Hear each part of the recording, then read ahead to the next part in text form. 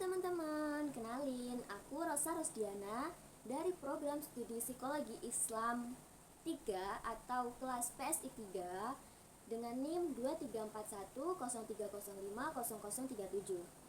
Nah, di sini aku ingin menjelaskan tentang desain training. Mungkin teman-teman banyak yang belum tahu ya tentang desain training. Nah, di desain training ini kita akan membahas tentang pelatihan-pelatihan yang terjadi dalam sebuah organisasi nih teman-teman. Sebelumnya, apa sih pelatihan itu? Menurut Walter Dick dan kawan-kawannya, a process effort and planned experience that enable a person to do something that he or she could not do before. Sedangkan menurut Smith dan Ragam, pelatihan is those instructional experience that are focused upon individuals acquiring very specific skills that very will normally apply almost immediately. Atau dapat kita artikan dalam bahasa Indonesia yang bermaksud pengalaman pembelajaran yang difokuskan kepada individu untuk mendapatkan skill atau keterampilan yang dapat segera digunakan. Seperti itu. Sedang saya sendiri memaknai pelatihan ini sebagai wadah bagi peserta dan juga bagi organisasi penyelenggara. Wadah apa maksudnya? Bagi peserta dapat meningkatkan skill dan kompetensinya agar bisa mendapatkan kualifikasi yang lebih baik sehingga dapat bekerja lebih maksimal. Dan juga bagi penyelenggara pelatihan tersebut, ini ialah wadah untuk mendapatkan atau menyaring karyawan-karyawan sesuai dengan yang ia butuhkan. Oleh karena itu, pelatihan ini sangat berguna untuk membantu perusahaan atau organisasi bersaing dengan pesaing lain seiring dengan berkembangnya masa modern. Nah, selanjutnya apa sih manfaat diadakannya pelatihan? Nah, dengan adanya pelatihan tersebut diharapkan penguasaan kompetensi, keterampilan, pengetahuan, dan sikap yang sebelumnya belum dimiliki oleh peserta-peserta pelatihan tersebut. Sehingga setelah mengikuti pelatihan, peserta akan mendapatkan apa yang sebelumnya mereka ketahui dong dari keterampilan, kompetensi, pengetahuan, dan lain-lainnya. Sehingga hal tersebut membantu kepada perusahaan mendapatkan karyawan dengan SDM yang tinggi. Selain itu, diadakannya pelatihan ini dapat mengatasi perubahan eksternal yang mempengaruhi kinerja perusahaan dan mewujudkan aspirasi stakeholders perusahaan dalam menyongsong peluang bisnis baru. Baiklah, selanjutnya kita lanjutkan pada pembahasan selanjutnya. Pada pembahasan yang sekarang ini kita akan membahas tentang hambatan yang biasa terjadi pada program pelatihan ini. Jadi banyak sekali hambatan-hambatan yang mungkin bisa terjadi saat dilaksanakannya pelatihan. Seperti apa saja sih hambatan itu? Pertama, dari beberapa aspek. Pertama, aspek partisipasi atau bisa juga dari materi, dari waktu dan tempat, dari fasilitas, biaya, ataupun dari motivasi pesertanya. Yang pertama kita bahas tentang partisipasi. Bisa jadi kehadiran pesertanya itu rendah, tidak sesuai dengan harapan. Selanjutnya materi yang disampaikan mungkin saja tidak relevan dengan pembahasan atau apa yang dibutuhkan oleh para peserta, seperti itu. Selanjutnya waktu dan tempat. Bisa jadi waktu ini tuh bersamaan dengan aktivitas lain para peserta, jadi mungkin mereka agak keganggu gitu dengan adanya pelatihan itu, sehingga mereka kurang efisien nih waktunya.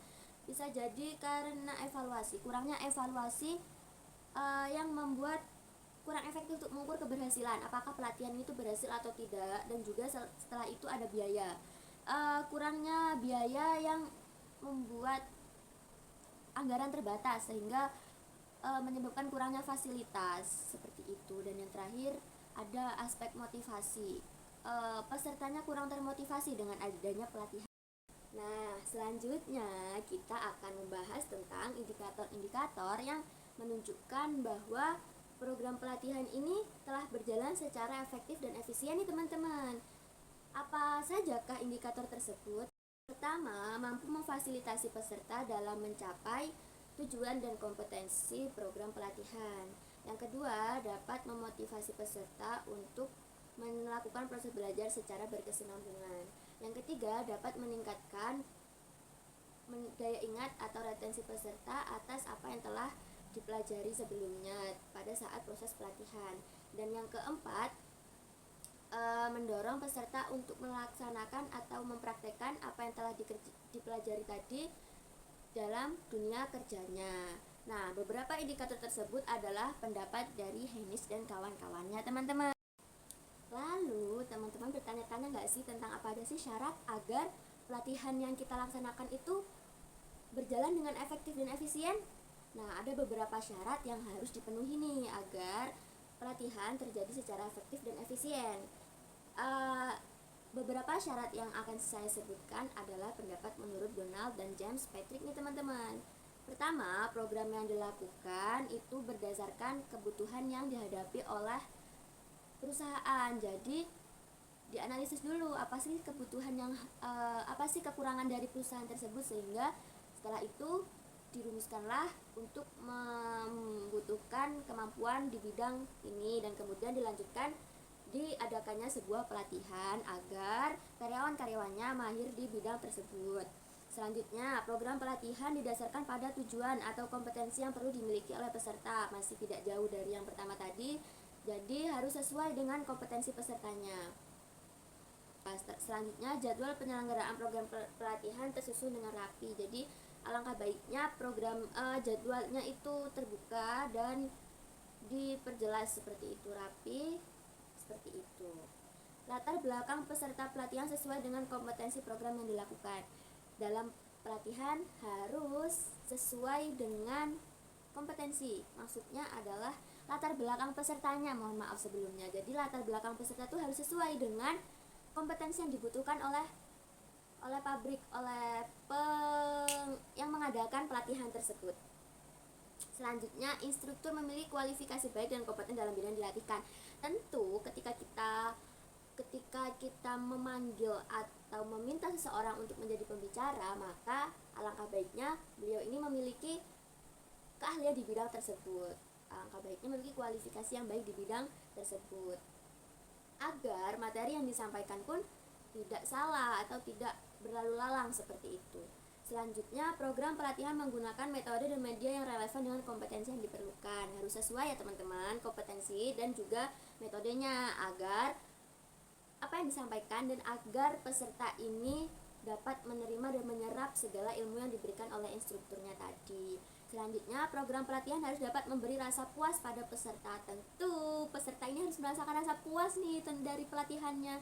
Kan nggak mungkin ikut pelatihan tapi dia merasa nggak puas. Tentu jika tidak puas atau merasa ini nggak ada manfaatnya deh buat aku kayak gitu, tentu pelatihan ini tidak efektif dan tidak efisien, teman-teman. Selanjutnya, program pelatihan perlu dievaluasi secara berkesinambungan. Evaluasi ini sangat penting ya. Jadi kita dapat mengidentifikasi nih selanjutnya, jika ingin melakukan pelatihan lagi, apa yang harus kita lakukan dan apa yang harus kita hindari. Kita mengambil pelajaran dari pelatihan-pelatihan atau pengalaman sebelumnya. Kalau perlu, evaluasi ini diadakan setiap hari atau setiap selesai memberikan materi, seperti itu. Nah, dalam program pelatihan ini ada yang namanya EDI. Apa sih EDI ini? EDI ini sebuah singkatan, teman-teman. EDI ini A ini adalah analisis, D yang pertama itu adalah design, D yang kedua development, terus I-nya implementation, dan E maksudnya itu adalah evaluation. Yang pertama adalah analisis. Analisis maksudnya itu kita menganalisis dulu nih, sebelum kita adakan pelatihan, hendaknya kita analisis dulu apa sih kebutuhan atau yang dibutuhkan oleh perusahaan itu apa, kompetensi apa yang dibutuhkan oleh perusahaan. Setelah itu desain, kita mendesain. Setelah kita menemukan apa yang kita butuhkan, apa yang perusahaan butuhkan, didesain bagaimanakah pelatihan ini akan disusun, seperti itu, didesain agar pelatihan ini berjalan dengan baik dan benar. Setelah itu development, setelah kita menyusun, setelah kita mendesain, kita mengembangkan. Development ini adalah dikembangkan, kira-kira apa sih yang perlu dikembangkan gitu. Setelah development adalah atau implementation. Jadi insya Allah setelah adanya pengembangan tadi, kita akan mengimplementasikan praktek, kita adakan pelatihan tersebut. Dan yang terakhir adalah evaluation. Evaluation ini sangat penting karena jika tidak ada evaluasi, kita akan stuck di situ saja. Maka dari itu dibutuhkannya evaluasi agar hal-hal yang buruk atau hal-hal yang tidak perlu dilakukan itu tidak terjadi lagi, dan hal-hal yang sudah baik bisa lebih dikembangkan lagi. Setelah membahas tentang EDI, kita akan membahas tentang TNA, teman-teman. Apa sih TNA itu? TNA ini bahasa Inggris ya, berasal atau singkatan dari Training Need Analysis. Apa sih maksudnya? Sesuai dengan namanya, Training Need Analysis, pelatihan tuh ya butuh analisa, seperti itu kan? Menurut Barbazet, TNA adalah the process of collecting information about an expressed or implied organization need that can be met by cognitive training. Bahwa artinya atau maksud dari kalimat tersebut adalah TNA ini proses menganalisis atau mengumpulkan informasi tentang kebutuhan organisasi yang dapat diselesaikan dengan diadakannya pelatihan tersebut. Jadi dengan kita tuh gini, seperti ini teman-teman, kita menganalisa tentang kebutuhan organisasi, terus apakah dibutuhkan adanya pelatihan ini, dibutuhkan atau tidak, seperti itu yang dimaksud dengan TNA. Dengan kata lain, TNA adalah serangkaian aktivitas yang dilakukan untuk mengidentifikasi masalah dan isu-isu tentang kinerja untuk menentukan apakah pelatihan merupakan solusi terbaik atau bukan. Seperti itu. Sekian pembahasan kita atau bincang-bincang kita pada sore hari ini. Terima kasih telah menyempatkan untuk menonton. Terima kasih. Wassalamualaikum warahmatullahi wabarakatuh.